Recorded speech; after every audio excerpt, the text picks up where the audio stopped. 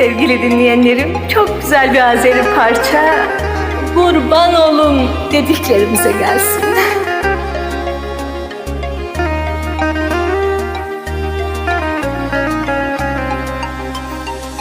Bizi yaz etdi danış, sen bulut məntisə yağış.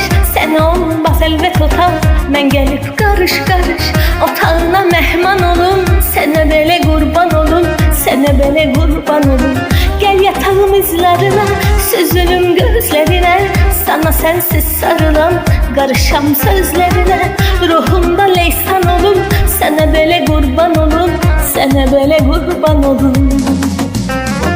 Derd ol dermanın olun, ruh ol men canın olun. Ah seni gözümde çakır, hey bakım hayranın olun. Sultanın olun, bir ömür cananın olun. Önce sen ol yanımda, ay senin kurbanın olun.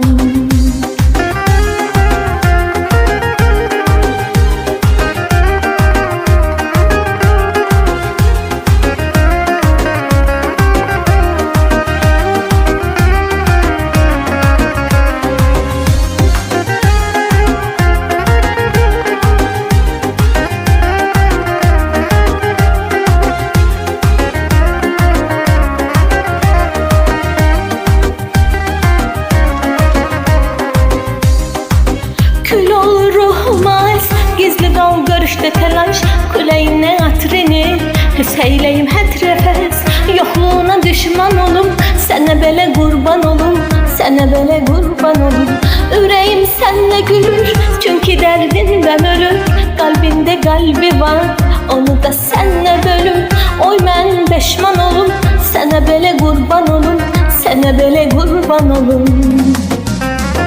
Derd ol dermanın olum, canın olun. Ah seni gözümde çekir, hey bakım hayranın olun. Sen dedin sultanın olun, bir ömür cananın olun. Ölünce sen ol yanımda, ay senin kurbanın olun. Derd ol dermanın olun, canın olun. Ah seni gözümde çekir, hey bakım hayranın olun.